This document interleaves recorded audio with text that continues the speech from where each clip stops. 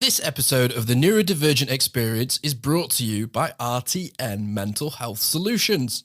With up to a 5-year waiting list for autism and ADHD assessments via the NHS, and that's even if you get a referral from your GP, getting an assessment in the UK has never been harder. So if you're like me and can't wait anymore, going private may be the best option for you. RTN offers online assessments for kids aged 6 right up to adults, with prices starting at £900. To make it more accessible, RTN can offer payment plans up to 5 months. You can access their remote services from the comfort of your home anywhere in the UK, and RTN offers group and one-to-one counselling, a private route to access ADHD medication following the assessment, and will even fight for you if your GP doesn't accept the results. So if you live in the UK and can't wait to get an assessment, go to www.rtnmentalhealthsolutions.com and use the discount code RTN23, making it even more affordable for all of our listeners to get an autism and ADHD assessment. Hello, Simon here from the Neurodivergent Experience podcast. Thank you for listening to this episode. We are currently taking a break for January as I'm moving house and Jordan is currently sunning himself on a beach somewhere. We will be back with season 2 in February. But in the meantime, please enjoy some of our listeners' favourite episodes.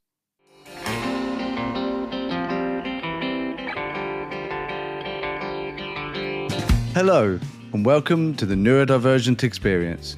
I'm Jordan James, also known as the Autistic Photographer, and I'm joined by my co-host and very good friend, Simon Scott. For this episode of the Neurodivergent Experience, I'm not very well, so we will be joined by Sophie James, Jordan's daughter, and this topic we will be talking about growing up in an undiagnosed family.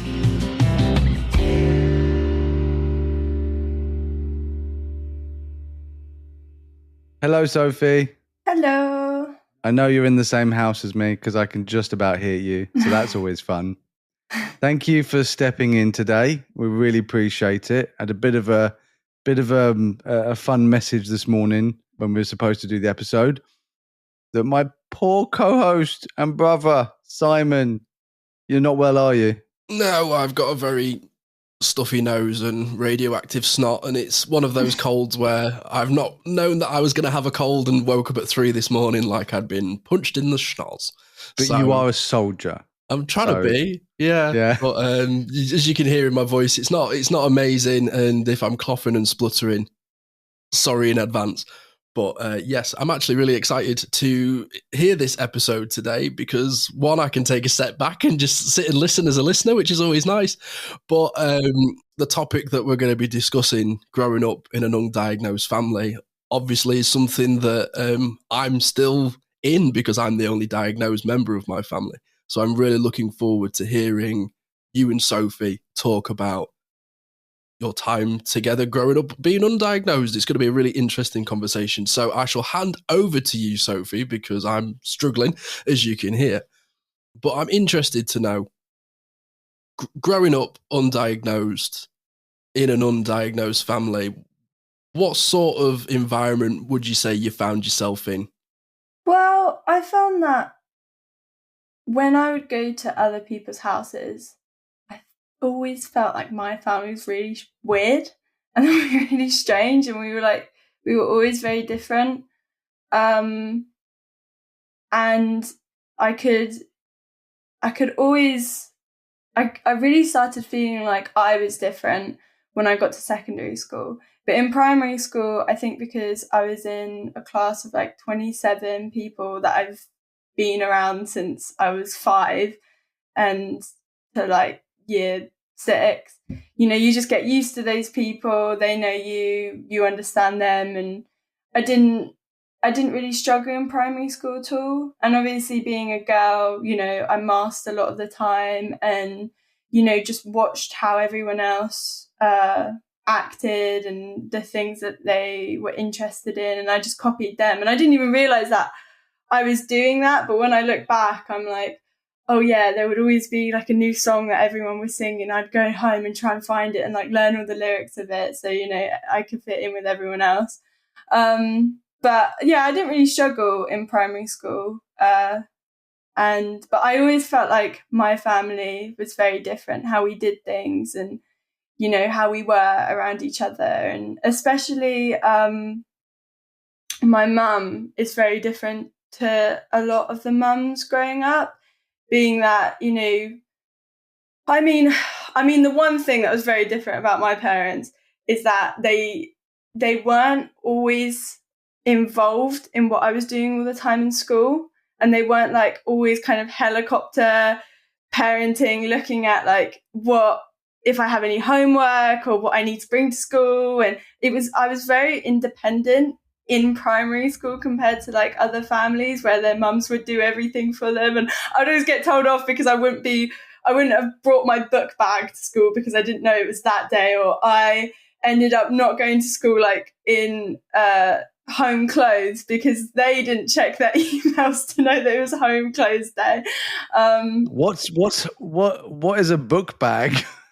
Book bag is where we put our books in, and we were supposed to take it in on a certain day, and I never knew what was going on, and neither did you guys. So I always got told off. I'm taking a vow of silence. I think I have no idea what she's talking about. She's just making stuff up. She goes along. I think she's really she's a runaway. She's a terrible child. She's a drug abuser, obviously. I did none of this. I was perfect. It's when you think about it, they were so ADHD themselves. They literally had no idea what was going on in like my school life. Like they were like, "It's parents' evening tomorrow." I'm like, "Yeah." They're like, "Do we need to go?" I'm like, yes, you do. Like, I don't see why. I mean, you were doing really well, and we had notes that you had won competitions, or you were always like, oh yeah, Sophie's really brilliant. Sophie's really. To be fair, I actually really liked going to the parent teacher stuff. It's all Sylvia's mum. It's always Sylvia's mum. It's always Sylvia. It's all her fault, obviously. I was amazing, not bumbling through it as a sort of 20-year-old at all. But yeah, no, I used to enjoy going to them with Sophie because they were always really positive. It was always really good. But it's funny because you guys never knew what was like going on. Oh no, yeah, no, we were happy to do it. That was that because that's the difference. We were happy to be involved. We just didn't know when to because we wouldn't get emails and things like that. And you'd get them, you just never check them. Yeah. I'd go to like an that sounds like a neurotypical thing. I'd go to an after school club and it would be cancelled for some reason. And every single time I go to the nurse's office, I'd go, "Can you please ring my dad?" They'd go, "Why? We sent an email. This happened last time." I go, "They do not check that. They don't know what's going on. You have to ring them and tell him to come and pick me up." And I'd be like, they just wouldn't care. But if anything, I find it quite good because a lot of parents would be like a lot of kids would almost not want to try as hard because they always had someone like battering at them, like, "You need to do this, and do you have your bookcase, and do you have your book bag, and do you have your book?" And like, I was completely left to it. So I had to like just learn to be like, "Oh, I need to bring my thing, or I need to do this, or I need to remember that it's home clothes day." So kind of we're teaching you independence. It's called not mollycoddling. I don't think you were doing it on purpose, but it worked. No, it was all planned. No, it was all planned. It's. I mean, to be fair, everything I've ever done has been completely strategically planned, like a military operation. And you are at university, in one of the best universities in the country, studying marine biology, and Simon has an economics degree. So I think I personally did really well. Your mother, on the other hand, I think she was dropping the ball a lot. Well, that's maybe another thing. Is but I had it all planned. Mama wasn't friends with any of the other mums. Like, she didn't. Mummy was never friends. Mummy. Mummy was never friends with anybody except Daddy. Daddy and Mummy were only friends with each other. No, see, the thing is, I did try. When Sophie was at primary school, I really did try. I tried in the playground. I tried to mingle with the other parents and do the parent, outside of school thing. And I organised birthday parties. I organised like sleepovers and get-togethers and things like that because I always wanted that stuff to happen to me. So essentially how I was parenting was the opposite to how I was parented. So my thing was to be as involved as possible in their lives, but when it came to education stuff, we used to drop the ball a lot. Like as far as emails and contact and also I didn't like talking to the teachers because they would always talk to me like I was like 5 years old. I think that's just a primary school teacher thing that they're like, hello, Mr. James. How are you? I'm fine. And I'm also an adult. So can you not talk to me like this? But I think it was really, really difficult for Sylvia and I in that playground, especially Sylvia, because Sylvia looks crazy young, like crazy young. And so she had Sophie when she was 25. Yeah, 25. So that's not like that's really too young to have a child. So she's 25, but she looks like a teenager. We both looked like teenagers. I mean, I had Sophie's brother, Simon, it was all me. Sylvie was there somewhere. When I was 19 and Sylvie was 23, which is very, very young. But we had Sophie 2 years later. So I was 21, Sylvia was 25, and essentially, but Sylvia looked so young. So all these parents would judge, and then Sylvia would feel really anxious, especially because she's from Poland, and a lot of people like really disliked Polish people when they came over, and you're taking our jobs, dude, taking our jobs, and so she felt really nervous about talking to people. I don't think they particularly liked her. It felt like Mama. There were parents that I don't feel did judge on that level, but I feel Mama did just really struggle.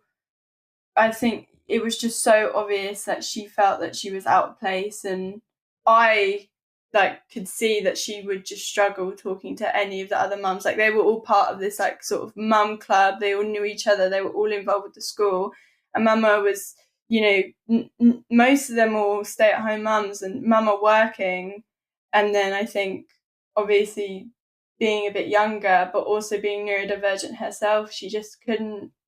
I think she really genuinely struggled to talk to any of them and connect with anyone, and just always felt quite out of place. Your mum's never been confident when it comes to speaking with people in general. And I think especially when she was a lot younger, again, being undiagnosed, none of us knew we were neurodivergent at all. And I think it was very, very complicated to try and navigate a neurotypical world as it is when you are diagnosed, but when you don't even know that you're different, but you just feel different all the time. And Sylvia has masked so much. It was like deep, like my mask was quite deep, but essentially I'm quite obviously ADHD as like the stereotype. Like Rain Man's a stereotype of autism, I'm a stereotype of ADHD. So but I already knew I was ADHD. So I actually knew I was hyperactive. I just didn't know that was neurodivergent. I actually just thought, again, that was just too much sugar. That's literally what I'd been told. So I tried to stay off the sugar, which isn't great. But yeah, for Sylvia, it was really complicated because like the parent playground is a very judgy place. It is, and everyone judges. Everyone's like, oh, and the thing is, it's that even when people don't judge,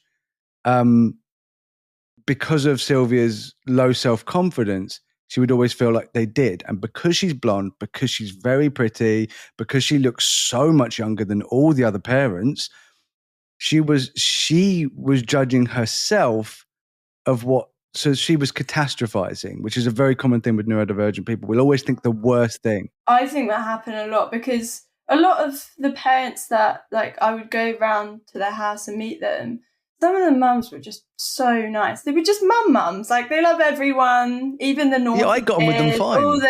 They're just nice women who just love, a lot of them. But I think because Mama felt so out of place from the beginning, she judged herself and just felt like she couldn't. She just felt like she couldn't. Yeah, no, I completely agree with that. Just psychoanalyzing your mother. But. Yeah. And that's what I mean. It's like from very early on, I felt like my family was very different, as well as the fact that most people were picked up by their mums, and I had daddy come and pick me up every day from school because mama was working, or I'd have to go to after school club. And that was very different to everyone else. Like all their mums would organise their party, all the mums would know each other, and they would like take their kids into town after school. But I'd always have daddy come and pick me up. All the other parents, and especially the dads, like most dads, you didn't really see them. They would be like working, or they'd be like not very present. I think that's quite a usual dynamic in a lot of households, that the dad isn't very present and the mum's like doing most of the things with the kids. But that's just our dynamic. But you were just so different to the other dads, and I think because of your own neurodivergence, like the one thing that I've realized, like you and that I get from you, is you just always prioritize fun. No, you don't need to go into school today when we can go to Thorpe Park. Let's go to but like Lexington. Thorpe Park was way more fun than going, because I remember my school experience, and for me, I was the thing that the number one thing I was terrified was you guys being bullied. That was my number, because I was so badly bullied to the point where it kept me up at night. You know, it traumatized me that I was so so anytime any kid would like, oh, what's, you'd come out, oh, the thing you did this to me, I'd go straight up to the parent. I'd go, what did your daughter do to my daughter?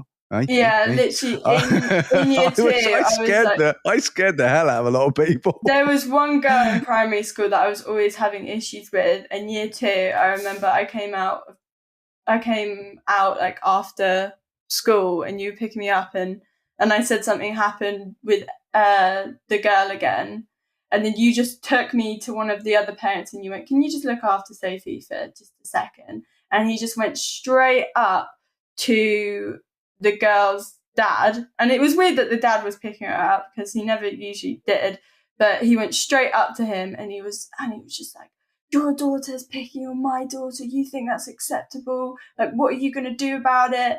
And then the dad was like, oh, well, that's the school's job. And you were just like, no, it's not. You were like, that's your job. And that's, it's just like, you never saw any of the other parents do that ever. Like, it would be, they would all rely through the school, but like, you just went straight up in front of everyone. It's because I'm old school. Because I'm gangster, innit? No, seriously. I learned how to be a dad from telly. Like Sylvia says it all the time. I'm like a sitcom dad. That's how I learned how to be a dad. And like growing up watching sitcoms from like 60s, 70s, 80s, that's what the dad would do. I mean, I never went up to a kid. Like I've seen people go up to kids and start having to go at kids and stuff. I never did that. I never had to go to the kid because I was like, well, it's not the kid's fault. It's a child who is responsible for this child's behaviour. The parent is. As far as I was concerned, whatever my kids did, that was on me. Whatever they did, whether they were naughty, whether they were good, that was all on me. That was all on Sylvia. It's your parents' responsibility.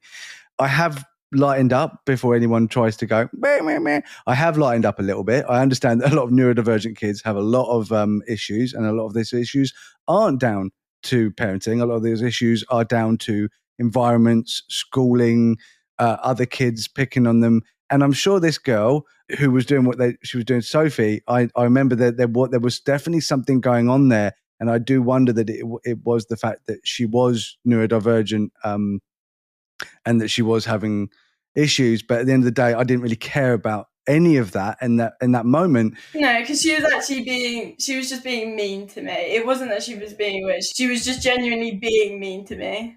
Yeah, which is unacceptable. But it was interesting because the first thing that he came back saying was it's the school's job and not his. Yeah. But that's what I mean about a lot of the dads just were not involved in their child's life. It was almost like, they're babysitting their child if they're looking after it. And it was very different for us because it would mostly be you picking us up from school and doing everything with us. It was very prominent from very early on that everyone knew that my family was very different and quite odd, because we didn't do things in the same way as everyone else did. Mama wasn't involved in the other mums. Daddy was an interesting character. And so it was interesting. Well, and also we had very different rules in our house to other kids. Like one thing that was very different is I was always allowed sleepovers. So I'd always be inviting people around to come for sleepovers, and I'd always want to go to theirs for sleepovers. But none of the other parents allowed it. I had that exact experience as well. My parents were the parents that always had kids around their house, and I very rarely went to other kids' houses. It was literally up until I was about 18 years old. A lot of what you're discussing actually is very reflective of my own experience, except that my dad used to work a lot. So it used to be my mum that used to have to deal with the school. And I remember so many times where she would come home and have issues, this mum with this or this with that. And I always remember seeing my mum struggle from an early age, trying to navigate the school playground. And I suppose that kind of did drip down to me because I was aware that we were slightly different. I'm interested to know, Jordan, did the school pick up on it at all? Were they saying to you, oh, Simon's struggling with this, Sophie's struggling with this, you need to do X, Y, and Z? Was that something that you had to deal with a lot? As an advocate, I've talked to a lot of parents, and the one thing that is very, very common, especially with girls and their high masking abilities, is that the neurodivergence in less DM5, solid, obvious DM5, it's not usually picked up in primary school, because the thing about neurodivergence is it's normally picked up and it's normally thought of as when you struggle, when you get things wrong, it's a deficit. And it's so funny because I'm like, oh, that guy's neurodivergent. And then someone will go, oh, wait, yeah, but he's fine. He's never, he doesn't struggle at all. It's always about struggle with neurodivergence. It's never about the positives, the abilities and the good side of being neurodivergent. That's never, ever seen. It's always seen as a deficit. So those deficits, they just weren't obvious for Sophie. Like social deficits definitely weren't there. She was incredibly social in primary school. She had lots of friends. The only thing that was quite different is I was like just very, very, very hyper. I was often told that I just needed to like chill out. A lot of them, when they met me, they were like, oh, that's why she's like that, because you're like that. So they just assumed that it was just learned behavior, or it was just like nature and nurture, that they didn't think, oh, that guy's neurodivergent and his daughter is. It's just a lot of schools, even now, they just don't pick up on it, especially with girls. One thing that they did pick up on was the fact that she might be dyslexic, but they just went, oh, she might be dyslexic. And they offered absolutely no help whatsoever. Absolutely no help whatsoever. They just went, you need to read with her more. And I'm like, I tell her, I used to put my kids to bed every night I could, and I'd tell them a bedtime story. We'd read together. We'd play games together. We'd use Stitch from Lilo and Stitch and Gromit. Yeah, it was called Detective Dog. We'd have detectives dog stories. Making up stories and getting them to join in and playing with my kids. We'd sit on the bottom bunk of my son's double bunk bed, and we would just play these stories and make them up as we go along. And for me, it was all about getting the kids to use their imaginations, use that wonder, and just be kids. Because there was so often throughout their school years, it was, it's all about, you have to act this age and you have to hit this target, and, you have to be like this at this age. Who made up this absolute horse crap? Who came up with this, that every kid has to hit this level? And if they don't, they are developmentally disabled. And I'm like, right, but my kids can do stuff that your kids can't. Does that make your kids developmentally disabled? Oh, no, that's right. It doesn't happen like that, because your kids are hitting the targets that are expected. My kids are hitting different targets that aren't considered, in quotes, normal. The one thing I find interesting is that your demand avoidance was quite prominent during primary school, because it was like they said that I was struggling to read, so they'd be like, well, can you get her to read to you? But you That's because you were rubbish at reading. You didn't like us reading to you. And so you would always read to us, which was helpful in some way, but you wouldn't get us to read to you. It's because I had a routine, and this is what I realise now, is that I had a routine, and the school was telling me to break my routine, and I was like, no, it's your job to help her read. It's not my job to help her read. It's your job. I have a routine. We do Detective Dog Story, or we used to read a story. The Faraway Tree. Yeah, The Faraway Tree. And I would do all the fun voices from Moonface and all the other characters. And I love The Faraway Tree. And I would read to them. And when Sophie would read to me, I would just zone out. I couldn't do it. I would just zone out, because there's nothing wrong with Sophie's reading voice is beautiful. And she's just like me. Simon's a lot more monotone in the typical sort of autistic way, but Sophie's she's got a great voice, as you can hear. She's very, very much like me.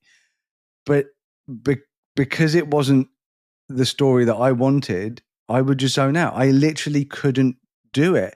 And it makes me feel, oh yeah, I'm a terrible parent because I can't do it. And I'm like, I literally just couldn't do it. My concentration levels, the ADHD, demand avoidance, all these things about being neurodivergent would just come into play, and I'd be like, no, I'm just going to read to you now, because that was my routine. Yeah, it just felt like we did everything in a very different way. Like other kids would have to go home and then, do their homework, or they would go to this like tutoring thing, or it never felt like education was the priority. It was just like, you go and do it because you need to go and do it, but it was never the priority. But it, like, for me, that it just worked for me, because it was like I always wanted to do well. I'd never wanted to let myself down, so I always did well. But it was very prominent. Like I would always be forgetting things that I wasn't supposed to forget, and and then I'd always be told. I always got told that I was exactly like Simon. The teachers that had Simon as well, because we would just forget things all the time and not remember them, or like not bring things in because we didn't know it was that day. But then it just meant that we had to learn a bit the harder way, or what was very different is like, especially towards the later years in primary school, like, I'd start making my own packed lunch, just being a lot more independent than a lot of the other kids. See, that was planned. Essentially, I said, look, I've always thought I want my kids to have fun. I want to love my kids. I want to spend time with my kids. It's something that I didn't really get a lot of, especially from my dad. He didn't spend a lot of time with me. If I wanted to spend time with my dad, it had to be the things that he liked. And I genuinely didn't like those things. And it wasn't that much different with my kids. I wanted to do the things with them that I also enjoyed. I really wanted to be that dad that would sit with his daughter. And, I know this is like a gender stereotype, but, this is how I was brought up, of sitting around having a tea party. So, a bit like that scene in Toy Story where the girl, Mrs. Nesbit. So I literally had like Buzz Lightyear and a tea set and like cuddly toys that, let's be fair, Sophie and I have more cuddly toys than I think collectively most adults have in their entire lives. And I would sit with her and I'd very, very quickly go, this is not doing this for me. And I would push myself through it because I wanted to be a good dad, but I didn't enjoy it. And I thought that was awful. I was like, oh, what is wrong with me? I can't enjoy time with my daughter. But then, we would do other things that we would love to go to. I love doing family days, but I think the thing that I would do that I'd never ever heard of before, and I never saw this before, I would do daddy-daughter days or daddy-sunny days. So it'd be me and Sophie would go off and we'd have a day out, just the two of us. And I would do the same with Simon. And I think that level of bonding was so important, especially when you have multiple kids, because that kid gets to feel like the only kid, like the most important kid, the most important person in the world. It's just not like that. It wasn't like that for me. I never really got time to spend on my own with my parents. Not that I wanted to anyway, but I didn't want to do it like my parents, because my parents are both undiagnosed as well. I mean, my dad's passed away now, but he was undiagnosed, and I think that a lot of his problems, a lot of the problems he and I had, were because we were both neurodivergent, and we were just like too similar. We were too similar, and we would just clash. Whereas Sophie and I being too similar, yes, we have clashed, but because I'd make the effort to be part of her life, we just got on so well. Plus, she does those eyes, and then I just buy her things. The one thing about you, Mama, is like you were very, especially you were very understanding when it came to my struggles in school. Like, even in primary school, there'd be so many days I just really didn't want to go in. I always wanted, I mean, every kid just doesn't want to be in. But I feel like a lot of mine went a bit deeper to just like, and especially when it came into secondary school, it got really bad. But towards the end of primary school, you know, I'd have days where I was just like so overwhelmed and just struggling. And you would always give a lot of understanding to that, just like, yeah, okay, let's just take the day off. And, you know, we'd always get a letter saying that my attendance was terrible, but I was still doing well in school. I was always doing well in it. But I feel like because I had that, and we had that mutual understanding of like, this is a difficult thing, being in school all the time where it's so loud and busy and noisy, and you're feeling looked at and judged all the time. It's just like, it's just so much. And I just felt like you were very understanding towards that. Whereas again, most parents were just like, no, everybody needs to go to school, grades. Where I was just, you know, I had to make sure that if there was something that needed to be signed, I needed it to be printed out so I could take it home for you guys to sign, because I just knew that you wouldn't do it. So it was just like, a lot of it was like, okay, I need to go home and parent my parents and how to be parents right now. It is quite funny how quickly my kids became older than me, like mentally. Whereas I think because I had so much trauma, like obviously we've all got that synaptic baby sort of pathways, infant pathways, but I think that trauma also affects you know, how you are as an adult. Obviously, you know, I was very up and down. I was either like quite strict, like, okay, this, you can't do this or you can't do that. So, you know, there'd be things that I'd be really strict on. But I definitely think when it came to like school, because I remember the awful things that happened to me at school, I was terrified of sending my kids to school. Terrified. So anytime Sophie was like, oh, I'm having a difficult time, I was like, well, I'll just come out. I'll just take that to school. The year that she not only passed her GCSEs, she did so well on them. She was in the paper for being one of the most improved students in the whole of the school when Sophie did her GCSEs. Basically, the school at this point, I'd said, you know, because I was diagnosed, and I'd said, look, you know, Sophie is we're trying to get Sophie diagnosed, but the NHS are just taking a billion years, and it's really difficult with girls as well. So I said, you know, I just want you to treat her as if she was neurodivergent. I want you to treat her as if she was autistic. And they went, okay, no problem. So anytime that I would take Sophie out of school, you know, and I'd get a letter, they would actually tell me the letters go out automatically, but don't worry about it. We're dealing with it. This was all from year 8. Yeah, they were pretty good. They weren't great with her, but they were good at that stuff. But they didn't understand autism at all. A really good reason of why at least I had an okay experience with that is because my head of year was actually my geography teacher. And I remember she had me for like the whole of year 7. And in year 7, I struggled so much. The difference was huge. It's funny because I remember in year 6, there would be certain kids in my class who were now looking at obviously neurodivergent, but it was never said that they were, but they were just like had differences or they needed extra help. And there, I remember they would go to the secondary school that they've chosen early on with a supportive teacher to go and show them their new surrounding, it's going to be like, what's going to happen. And obviously, you know, we didn't know anything about me and probably a lot of other kids. And I just remember being thrown into year 7 and being like, what is this? So many more new. But I came from a very, very small primary school. A lot of other primary schools have lots of classes in a year. My primary school had one.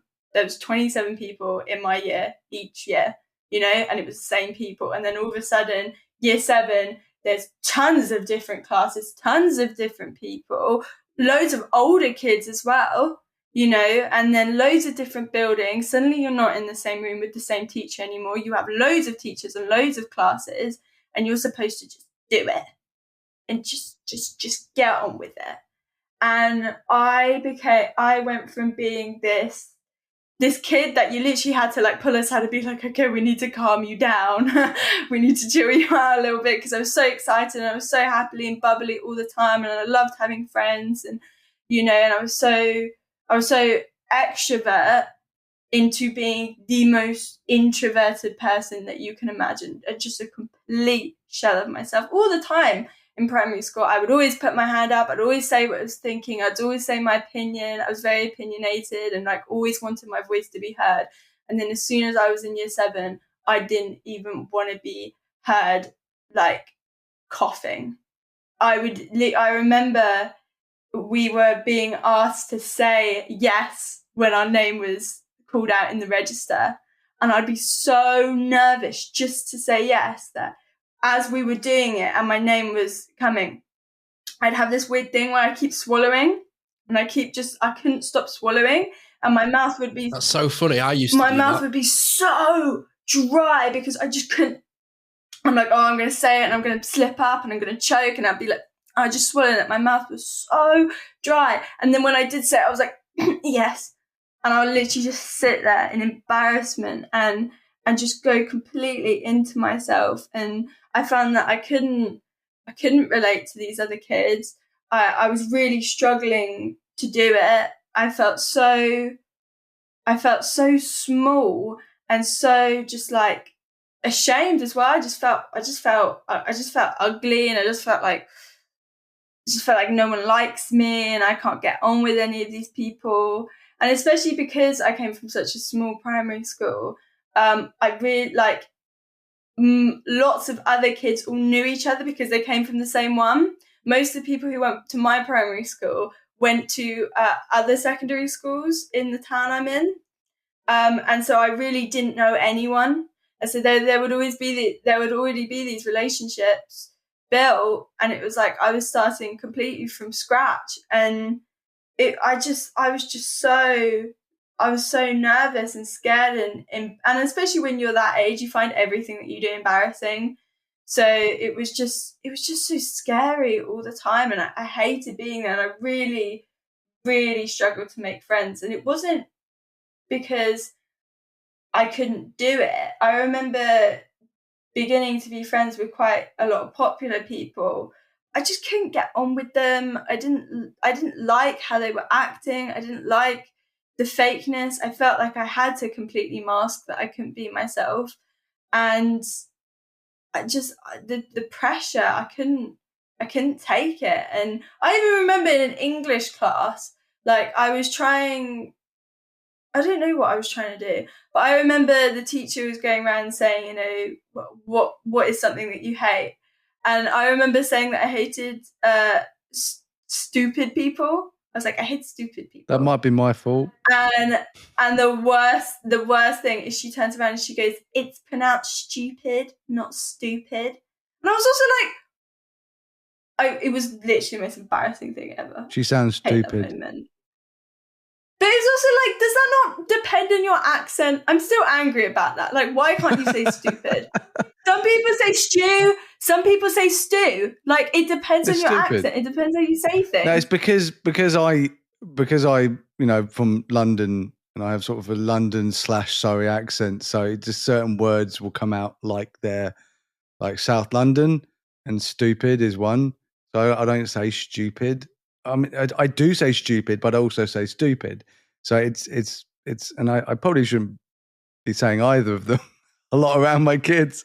That was the other thing, is that a lot of times I'd forget that they're kids, because so often they'd be so grown up and I was the kid, and I'd be wearing like Minion t-shirts and like walking around like with a Minion cuddly toy in town, which Sophie loved and Simon hated. Sophie just thought, my dad's the best. He's obsessed with Minions. Everything yellow, I'd be like, something's yellow. Is that a Minion? Is that a Minion? No, it's a banana. Yeah, and you had such weird obsessions that other families just did not have to deal with. Like, No, every day, didn't. there was a point. There was a point in I don't remember what year it was, but you were just so obsessed with golf. And honestly, like, when I look at a golf, anything, I get scared. I'm like, I love because golf. literally every day after primary school, you would have to take me to a golf course where I just have to walk around because you were just so obsessed with golf. Like, well, I golf, think everything all the time. I mean, I have discussed this on a previous episode about video gaming, where it was like my family just became like an inconvenience that got in my way from video gaming, from online gaming, which obviously a very big problem with hyperfocus, is the fact that you're so hyper. It's a superpower, blah blah blah. Not superpower. It's a really good ability to be able to concentrate on one thing because you can learn anything about it. But it doesn't really work that well when you have major priorities in your life, such as children who are your responsibility, and and a job, and my wife and my family. But then I'd get so fixated on certain things, and it was fine when my kids did it because they're kids; they don't have responsibilities as much as the parent does. But when I would do it, it would affect the whole family, like the whole family. And golfing was definitely one of them. I would want to be with, and this is the thing, I was obsessed with spending time with my kids. That was my number one obsession, was spending time with my kids. But unfortunately, because I also had my other, hyperfixations, such as golf, which I would do probably 3 to 4 times a week whenever I got a chance, because I was working shift patterns at my work. I still do. It's a shift pattern thing. So when I'm off, I was off for like 6 days. I can be off for. I had like 4 on, 4 off. So my 4 off, golf. On my 6 off, golf. It was just golf, golf, golf, golf, golf. And I wanted to do golf, but I also wanted to spend time with my kids. So I was like, well, golf is amazing. Golf is so much fun. And weirdly, Sophie was really good at golf. So I got them both like little, junior golf kits, golf sets, and we would just go golfing. I go golfing occasionally with Simon still now. He's good. He's very good. But I think I did that autistic thing where I just took it to another level. It definitely had a negative impact.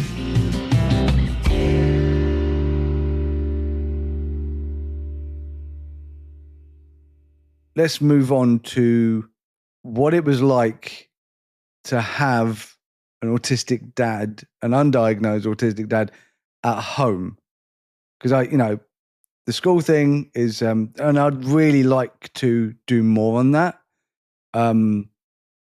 Because your insight is incredible, Sophie. I knew how good you are at speaking, but you are exceeding my very high expectations of you. So you're doing so well, baby girl.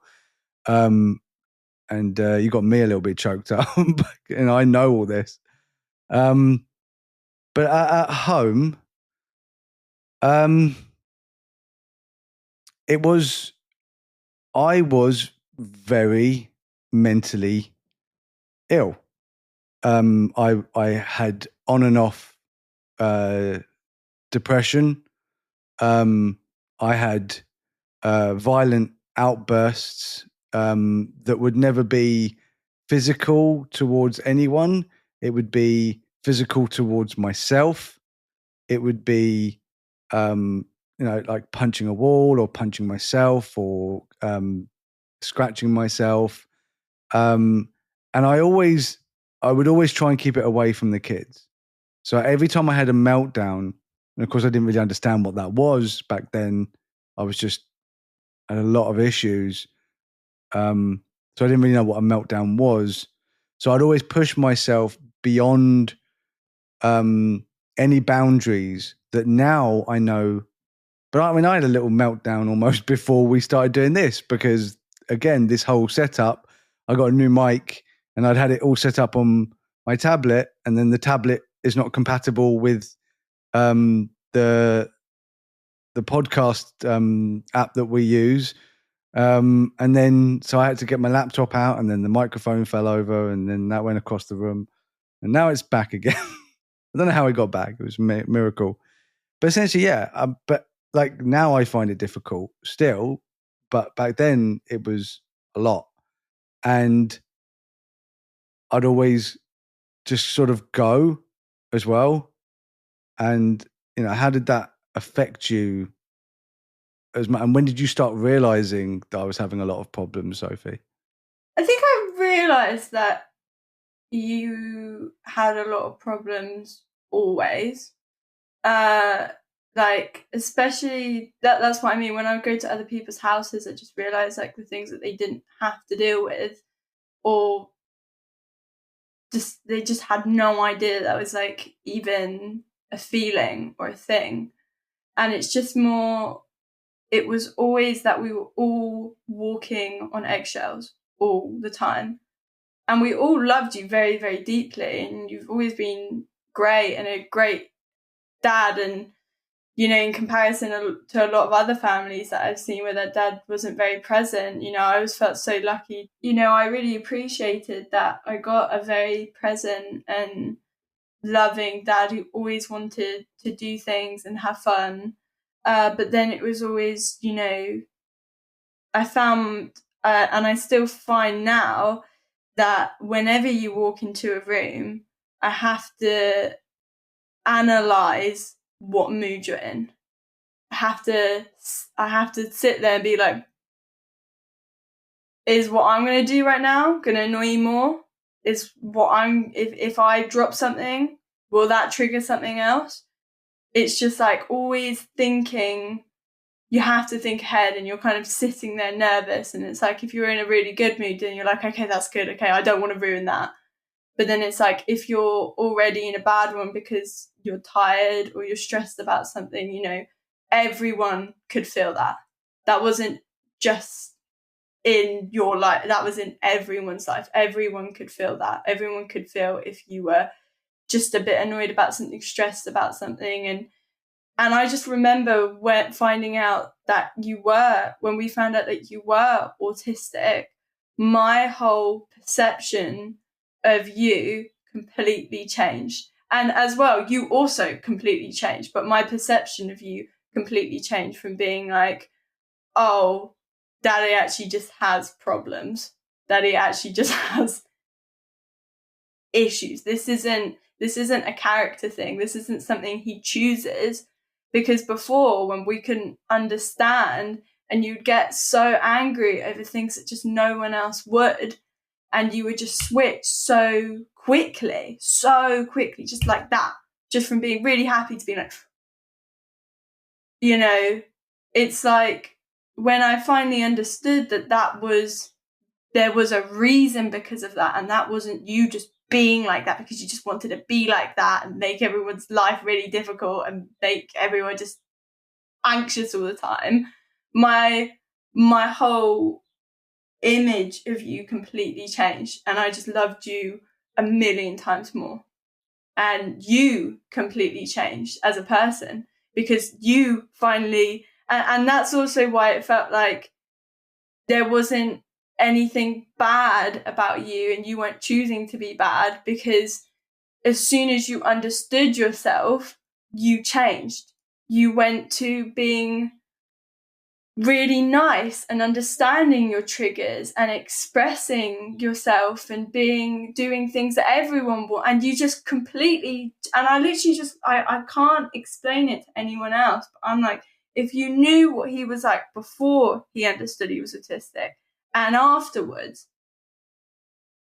it's just a completely different person. And it made me so sad that in all those years you couldn't understand yourself, and when you did, you could be the best version of yourself, and you could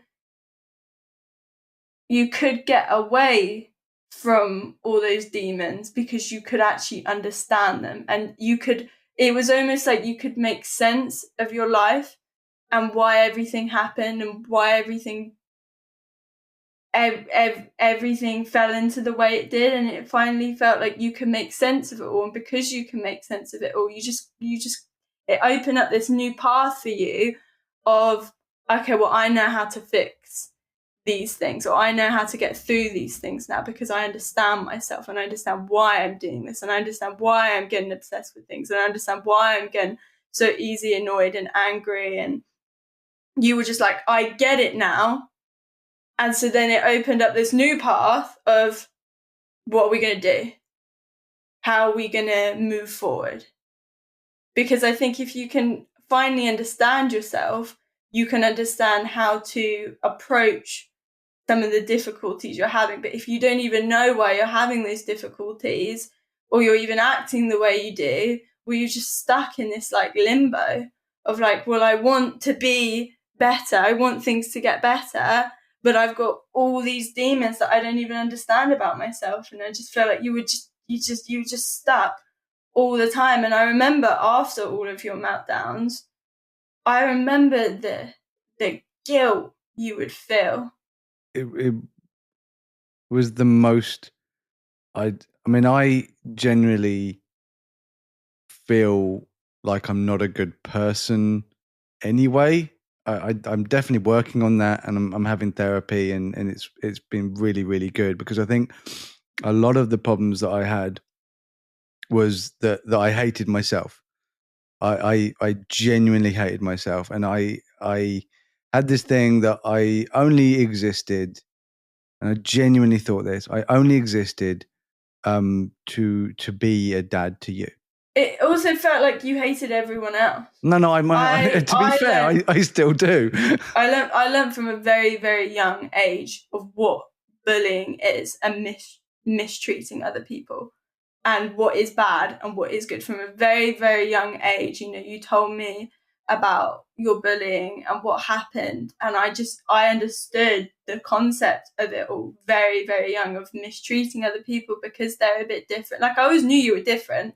No other dads kept wearing minion things and were obsessed with minions. It's like, you're obviously a bit more special. And What? but it felt like you were just, I learned how mistreated you were, and it rubbed off on me and Simon how much we hated everyone else as well. I feel like we were you and Mama were very hating of everyone. You didn't like, very judgmental. You were, because you felt judged by everyone and everything of your lives, you were very judgmental of everyone else and how everyone else did things and saw things. You really felt like you didn't like anyone. It was really difficult in general, because we see the world so differently, and your mum and I, the thing that has bonded us so deeply for so long, and I think people, my favorite description of Sylvia and I at the moment is where people say it feels like you're a honeymoon couple. We've been together for 24 years, married for 23, together for 24 years, and it literally feels like we're on our honeymoon. And that is not something we portray. I mean, you know, Sophie, me and Mummy are crazy about each other. Crazy. And because we could see things our way, it turns out we're both neurodivergent, which was why. But we had this way of looking at things, and we just couldn't understand why no one else could see what we could see, and we'd be like, "It's so annoying." People would really annoy us.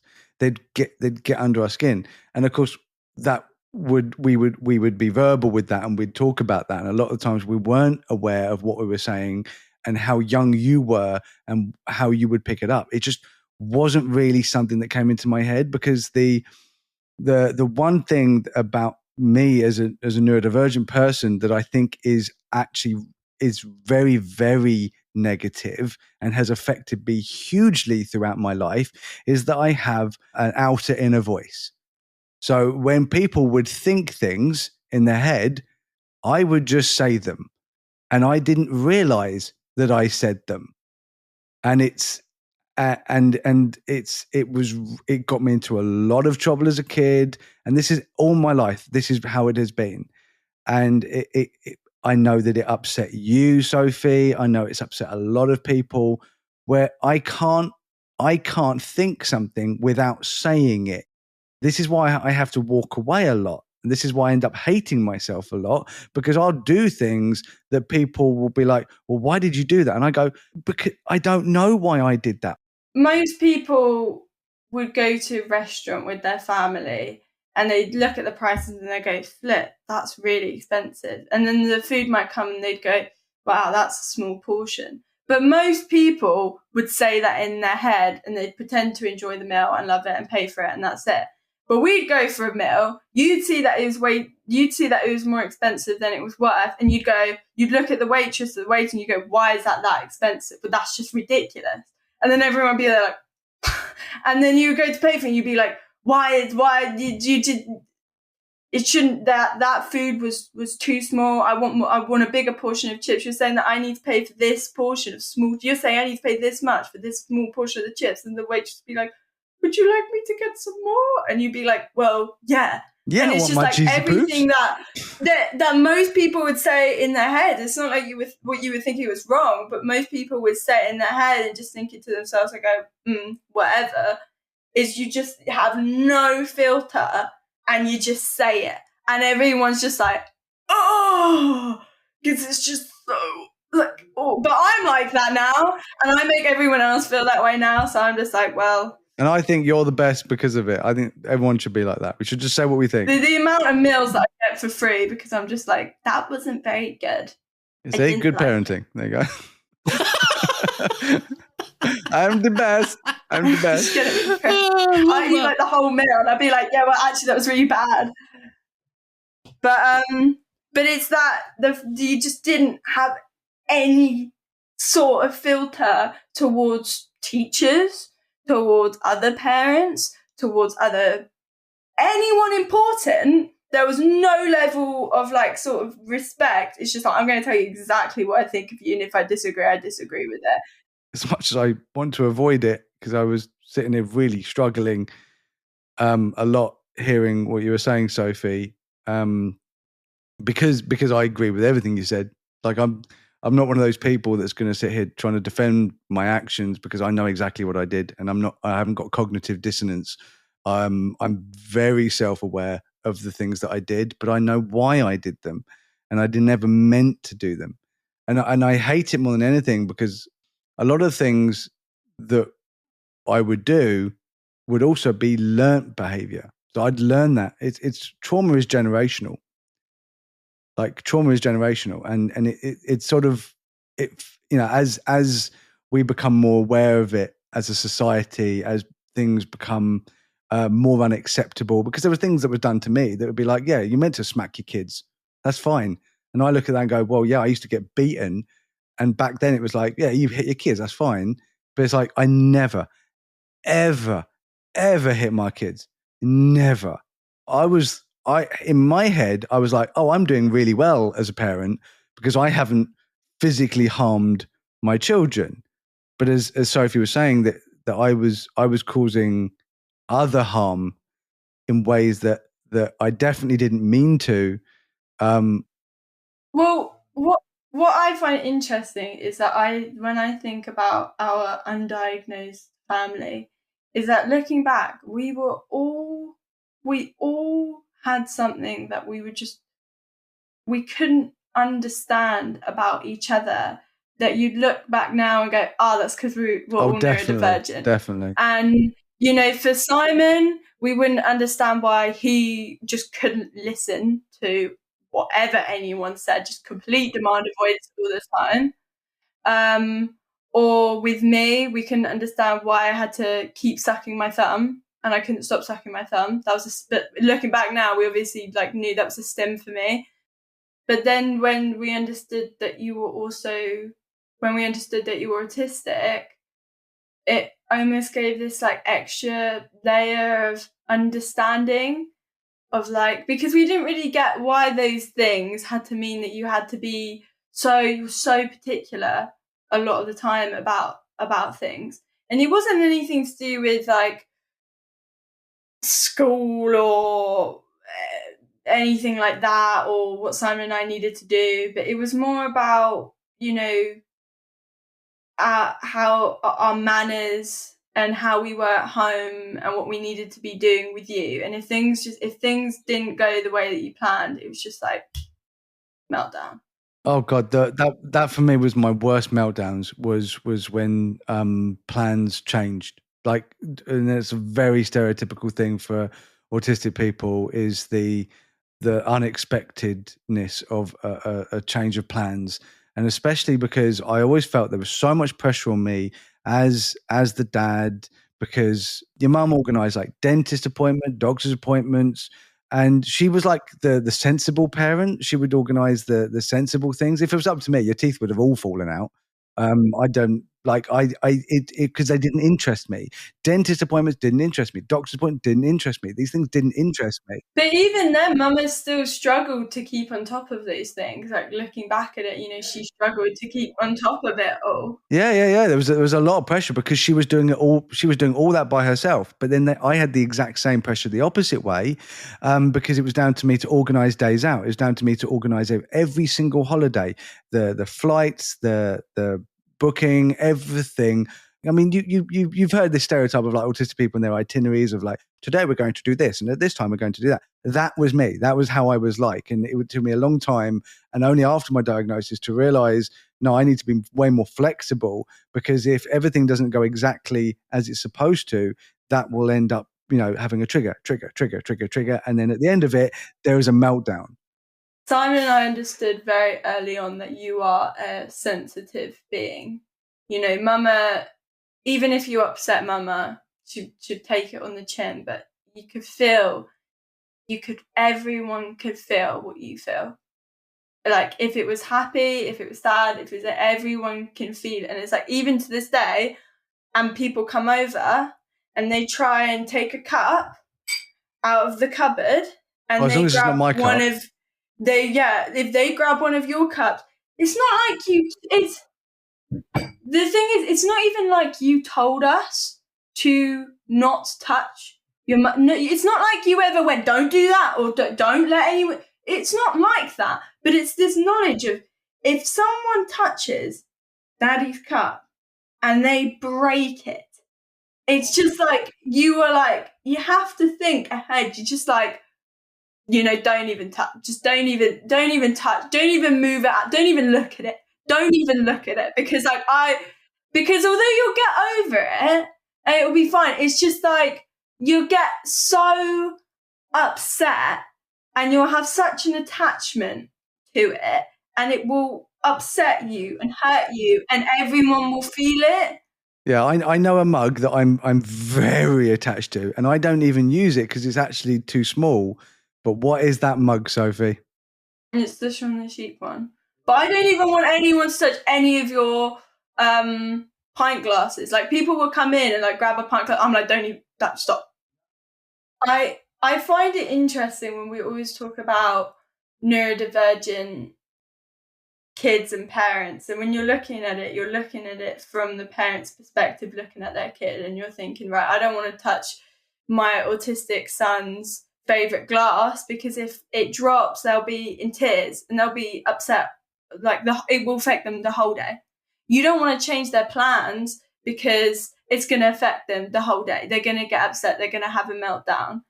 And it's that application just to children that I think a lot of people don't understand, is that application is still applied and has been applied to my own dad.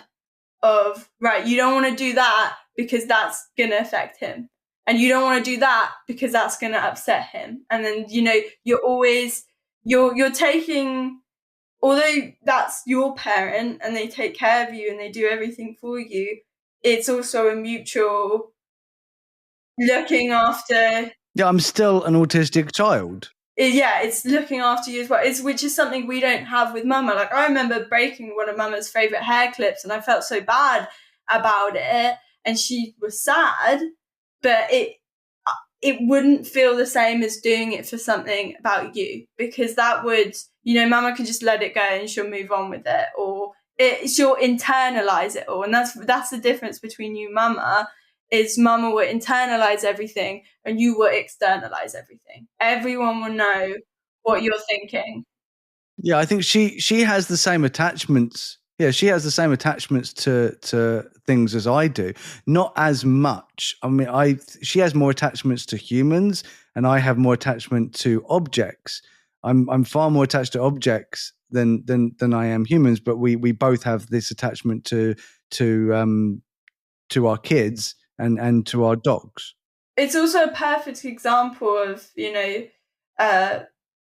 stereotypical male autistic people and stereotypical female autistic people.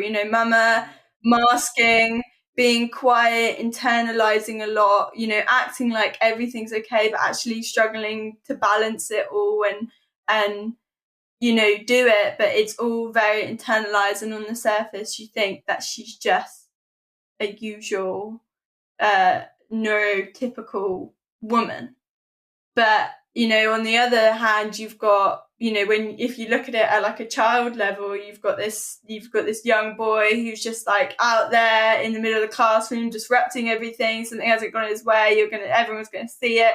He's going to throw something, he's going to get angry, he's going to get upset, and it's like you two are this almost like perfect contrasting representations of female and male neurodivergency, which was so easy, which is why it made so much sense when you said you were autistic, but no one ever thought Mama was until a couple years ago, whereas we look back and we're like, actually, okay, that makes a lot of sense. But you'd never see it because one is way more obvious than the other, but you still both had your struggles. That brings me to a really good point, actually, because it is something that I really wanted to ask you.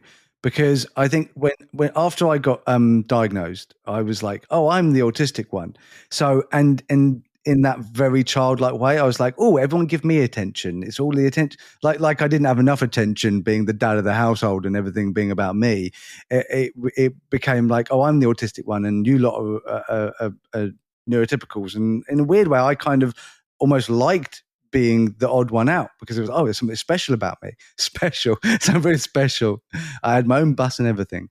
And it was yellow. Sunshine bus. And yeah, sunshine. And then you turned around and went, Daddy, I actually also think I'm autistic. And my immediate reaction was, no, that's my thing.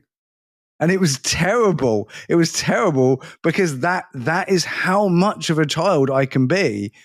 Of like, I would be like, no, I'm the autistic one. You can't be. It's all about me. And then that sort of, dad thing comes in, and I often do feel, and I will be very honest here, and I might have to edit this one out. I do often feel like it's Sylvia, and she has 3 kids, and it is something that we joke about a lot. That Sylvia is the parent, and she has 3 kids. And I actually think that a lot of the times it's very, very true. And there is this idea that a lot of men are very immature anyway. And then you add being neurodivergent onto that. And then you add being traumatized in childhood. So I have this thing called Peter Pan syndrome, which has been confirmed that it's not just about being neurodivergent that I don't grow up. And I never actually got to live as a child because when I was a kid, I often had to be the grown-up. I often had to be the grown-up because of my neurodivergent parents were acting very, very childlike. So I was always told, you're so grown up, you're so grown up, you're so grown up. And then obviously I left home when I was 17. I had to grow up fast. Like I was an adult in my teenage years because I had to be. And 18, you know, I was getting married. At 19, I'm a dad. Like I want to just be a big kid now because I didn't get to be a kid because a lot of the times, you know, I'd be very childish in school. Like I'd take like cuddly toys and things to school, and I was told, oh, you have to grow up, you have to grow up, you have to grow up. So I masked so much of the child that I really wanted to be. And I was always told, oh, you have to grow up, you have to grow up. So I tried to be a grown up. I tried to mask as a grown up so often that I missed out on being a neurodivergent kid. So now I'm and Sylvia allows me to, and my kids allow me to. They're kind of just like, well, that's just dad. He's just like that. I'm a big kid and I love it. I love it. I love it. I do it at work. I do it at home. I'm so unmasked. It's crazy. Like I'm just a big kid. But there are so many reasons behind that other than just being neurodivergent, because I think I take it to a new level a lot of the time. My question to you, Sophie, is how did you realize that you were also autistic? Because you are so switched on, and I really, really want to know, because you realized it before I did. I think at the time we understood why you were, you know, I had so many special interests and obsessions of my own, and I struggled so much because I think we realized like at the end of year 7 to year 8 that you were, and then like everything, you know, that year 7 was the year that I really realized how different I was to other kids. Like I always thought maybe I was, but because primary school was so normal in my brain and fine, it just was what it was. I didn't feel like I'd stuck out or anything. But going into year 7, feeling like I didn't belong anywhere, finding it really, really difficult, you know, just being so irritated and easily frustrated by everything and what everyone was doing and why everyone was acting the way they were and, you know, doing the things that they were. And I could not get on the same level as everyone. You know, everyone had got Snapchat, everyone had got Instagram. I was like, what are these things? What am I supposed to be posting? And everyone was just so switched on. And also just like my mental maturity, although it seemed like emotionally, or I don't know what the word is, there was a lot of ways I was a lot more mature with everyone, just like how to act and what's right and what's wrong and how you should be towards other, you know, teachers and what you should be doing. There were so many ways that I was so much less mature than everyone else. And I was in year 7 and I still wanted to buy unicorn cuddly toys. And I remember going to a party with all these girls and my tutor, all these fairly popular girls and my tutor. They invited me and I got Mama to curl my hair. So the curls in my hair were like this thin, like they were these crazy, crazy curls. We put loads of them in my hair, and I wore this like sparkly tutu top and this sparkly tutu in this top because I'm thinking, oh, this is a party. Like everyone's like trying, you know, and everyone showed up to Nando's in jeans, in like tight jeans and a top, and I was like in a tight jeans and a crop top, and I was like, oh, I really missed the cue on this one. And I just looked so weird. And then, you know, it felt like everyone was like, why are you wearing that? You know, because I still felt like a kid and everyone just knew somehow what the dress code was or what the thing was. And then we went back to her house and we were all doing karaoke. And I remember, oh, I love karaoke. I can sing, I can do this. And I was doing it. And it almost felt like they weren't happy with me doing it, and everyone else was like really shy, and it almost felt like I was like showing off or going over the top, and I always just felt like too much. So it was either that when I was expressing myself, I was too much, so then I would just not express myself at all, and I was a shell of myself.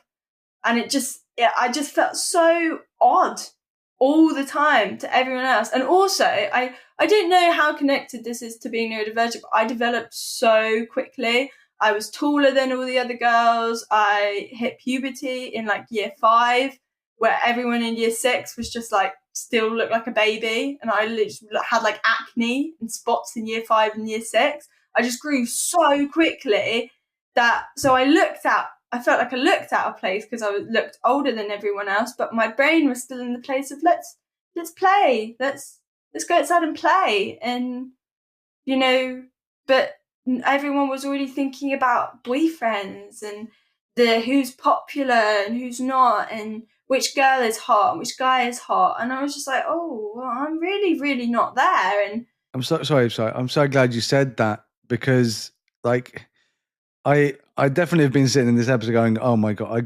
I did so many things wrong. And I definitely think that I did so many things right. And I think with me, I tried and I cared. And I think that for a lot of people, they don't, especially dads, they don't seem to try or care enough.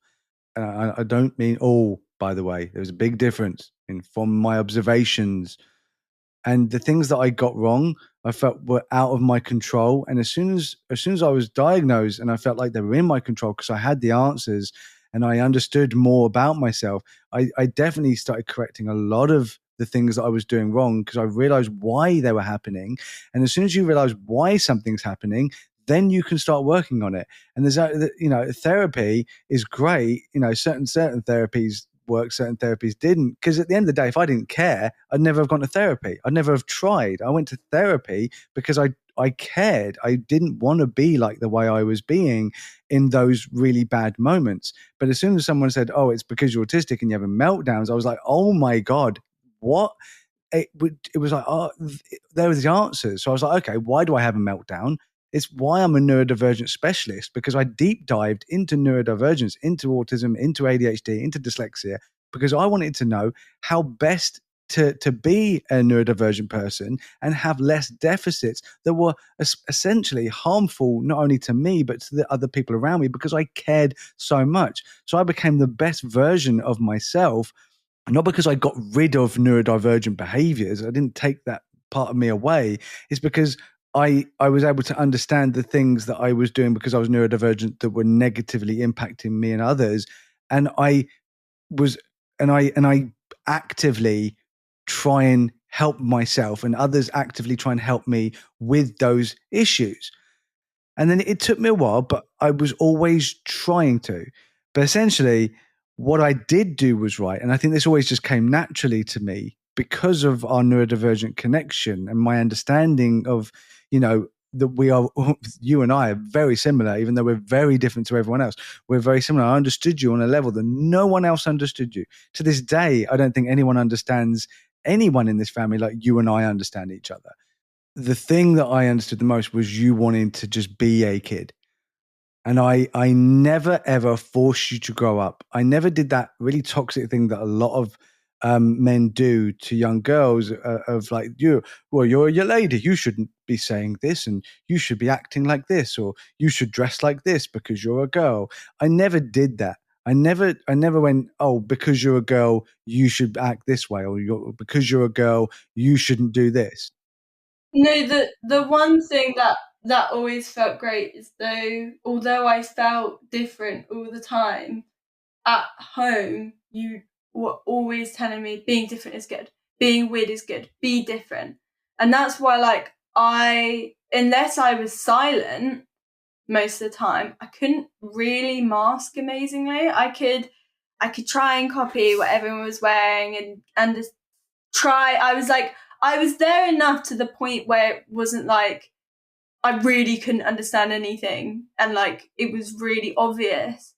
But I always felt like it was okay to be different and weird, and just no one else was getting it, which is why I think I built such an annoyance and frustration to most people, because I'm just like, well, you're just sad because you're not weird and you're just boring.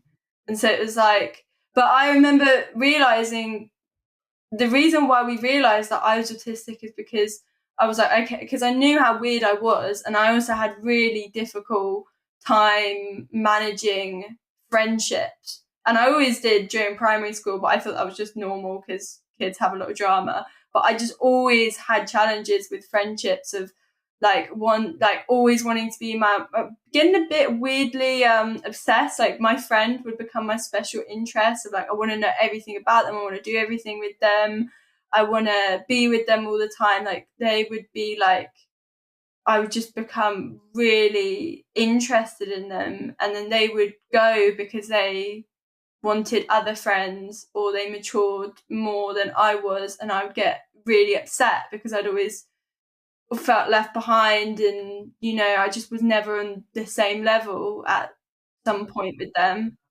I don't think it helped much, because I got hurt so many times, especially with friendships. And I think that if I had the friendships that I have now with the neurodivergent people that I have now, my parenting style for friendships would have been very, very different. You would have been brought up very different with the idea of friendships. But my experience of friendships to that point, when I was, you were in such a developmental stage where you were just, I essentially was shaping you with my words. I really thought all friends are just awful. Who wants a friend? They're just a waste of time. They're just going to hurt you. And your mum still feels like that. So your mum would say it, you can't trust people. You can't trust people. You, Simon, my absolute best friend who I love to bits, Sylvia is like, I need to meet him. Like, I need to meet him before I can truly trust Simon. I'm like, yeah, but I trust Simon 100%. She's like, yeah, but I need to meet him. I need to know him. Oh yeah, Caris and my mum were like, make sure he's real, Si. Yeah, exactly. No, I'm not real. I'm in the Matrix. Hey, I got real good. I'm quick. In the Matrix, man. I remember when I first met you were like, you're real. I think you guys had a very negative view of people, of friendships. We were treated very, very poorly throughout our entire childhood, both of us. Your mum more often worse than I was, and I had a bloody bad time. But your mum was also treated badly, but she just never really talked about it. But that's how she felt. So your issue with friendship was far more on me. But I would continually try and have friendships where I think your mum would just be like, yeah, I can't be bothered. Or your mum would make a friend, but that friend wouldn't like me. So that friend would just disappear, or mummy would get rid of them because they're like, well, you don't like, well, because to be fair, not a lot of people did like me because I was and still can be very, very difficult. Yeah, I would create very, very high standards of friendship, of how you needed to be a good friend and everything that you needed to do. And I would follow it. Exactly the same as me. Exactly. And it would be very, very intense for them. And looking back, I'm like, yeah, no wonder they don't. I was like, it was very intense how much just like, I want to know everything about them and hang out with them all the time. And I just want to be best friends forever. And especially for me, my understanding of friendship again was all learnt off of TV. And TV, how they play out friendships, like I would like at that time, especially I would like religiously watch Friends, is you would do anything for them and you sacrifice things for them, and friendship is this and friendship is that, and these are the rules of friendship that I would follow based off of TV shows and Adventure Time with Jake and Finn, and how it's like family. I'd see friendship as an extension of family and you apply the same rules, but that's just not true. What I had to do is when I got older, I really had to start lowering my expectations, these standards, to actually be able to have friends. Otherwise, I just get into arguments with them. I did that for you. Why would you not do that for me? And just like, and kind of wash out these standards that I created of completely unrealistic ones, like ones of TV and childhood shows where they did, on Disney Channel, where these two people were their best friends, so they knew everything about each other and didn't care about anyone else and would do but that's not true, and that's not how friendships work. But I took it so literally, but I remember realizing I was autistic is knowing, okay, well, I'm really weird, and so is Daddy, and he's being diagnosed with this. So I remember what we did is I just went onto Google and I went autism in girls. And although it might be wrong and still very stereotypical, but at the time, not knowing anything about it, I can Google it now, and what it comes up with is hides the signs of autism by copying how other children behave, withdraw it in situations they find difficult, appear to cope better with social situations, and show fewer signs of repetitive behaviours, and then apply that to all the ones about boys. I was like, oh my God, that's me. The level of anxiety I had in social situations, especially in school, was just like unnatural. It just didn't even seem like okay. And I was like, and then me just constantly watching how other people did things and not understanding how they just got it and I couldn't. And then when someone didn't do something that I wanted them to do, or it didn't go in the way that I wanted it to go, I would just go to the extreme about it. I would get upset and annoyed and cry, and I was always very, very emotional. I've always been very emotional and easily frustrated, just not to the same level as Daddy. So what you're saying is I'm more emotional than a teenage girl. That is a very good way of summarizing me as a human. I am more emotional than a teenage girl going through puberty. But it also applied to me when I was a child, just being easily frustrated if things didn't go my way. Like when Mama took me shopping to the mall, she wanted to look at clothes for her, and I wanted to look at clothes for me, and I just couldn't understand why we were looking at clothes for her, and I just had this huge meltdown. Oh, but you and your mum. I wouldn't Jesus. really have meltdowns in front of you. I would only have meltdowns around Mama or everyone else, because I was worried about you having a meltdown and how you would react to me. So most of the time, if I was having my meltdown in front of you, it would just come in the form of me crying. It would just be me crying. Yeah, I think a lot of becoming a neurodivergent specialist was being a parent to two very, very different neurodivergent kids. Simon and you could not be more different.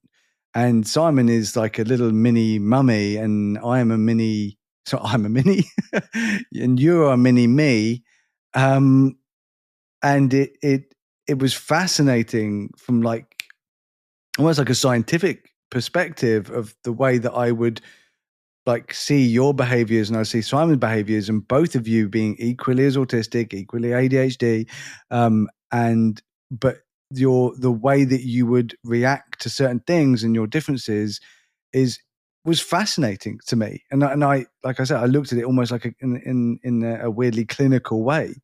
The key difference between me and Simon is, again, apart from when I was at school. If I was at school, I was very introverted because I was very nervous and shy all the time, and I was scared all the time. But if I was just being me and I was having my moments or my thing, Simon is very internal and I'm very external.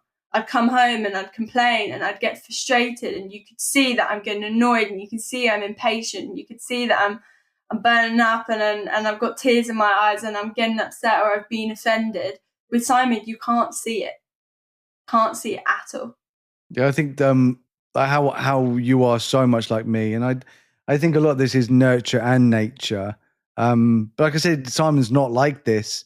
Is the eggshells thing. So we joke that like sometimes talking to Sophie is like playing Jenga. You never quite know the one thing you're going to say that's going to be like, oh, I shouldn't have said that. And that's really, and Sophie and I we're so good now. We were good in the past, but we definitely went through a period where we were just clashing a lot, especially when you were a teenager.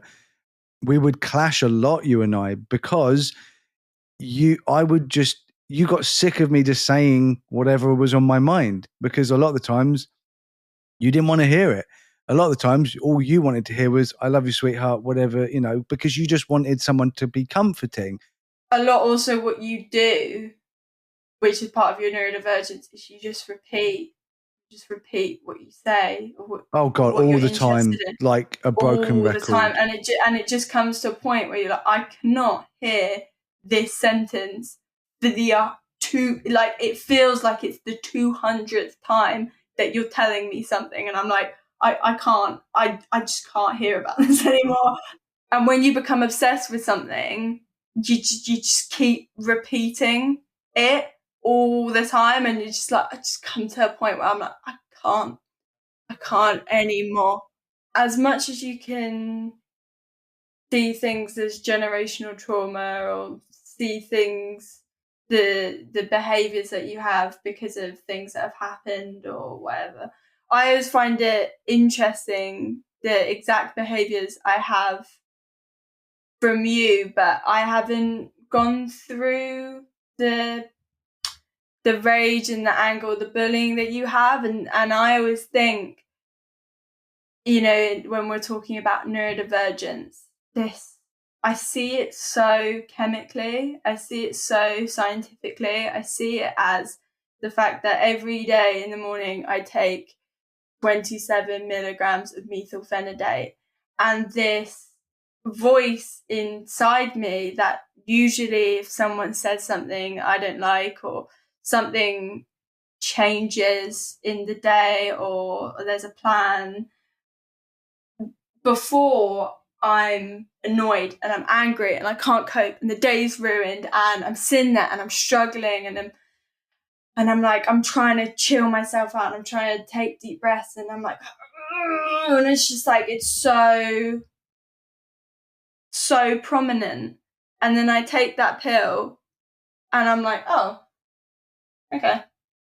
It's that.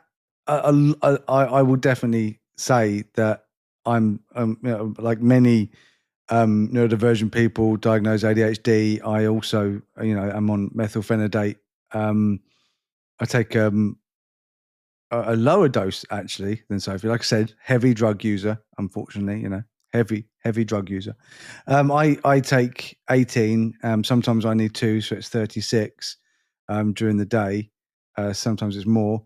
But it has really helped me with my meltdowns because it gets rid of the noise, and it was actually Sophie being diagnosed ADHD and getting the medication. We saw such a huge difference in her and her ability to deal with situations where normally she'd just have an absolute meltdown in a lot of situations. She just wasn't. So I would say the big in the early stages for me, I needed the discovery, the diagnosis, because I didn't know enough about it. So I needed someone to confirm it for me. Once I did have a really good working knowledge of it and I understood it about my kids, it was a lot less important to get a diagnosis for their own personal journey and more important for like getting support and needs. But it was important for Sylvia to have that piece of paper, because in a very stereotypically autistic way, but she can't say it. She knows she knows it. She can't say it unless she has the piece of paper. That is just how our brain works, which, essentially it was enough for me to know that she was neurodivergent anyway. But Sophie, it's been an absolute pleasure. We're definitely going to have to do this again in a weird way. Simon, I'm quite glad you're sick. So, oh yeah, great. Cheers. Yeah, you're welcome. I hope you're sick more often. Oh yeah, great. No, I just want to say, Sophie, I really appreciate you stepping in for me this week. I wouldn't have been able to have spoken as eloquently and as long as you have today. Well, everyone that's been listening to this and not my cold, thank you so much for joining us. If you found inspiration, knowledge, or simply a moment of reassurance of the conversation that Sophie and Jordan had today, then we're really proud and pleased that you found it. If you enjoyed what you've heard, please consider subscribing to hear more from us. And please rate and leave a review. It does really, really help. So, as always, Jordan, say goodbye to Sophie for a few moments, I guess. You're in the same house. Bye to Sophie. I'll see you. I'm hungry. You hungry? I'm hungry.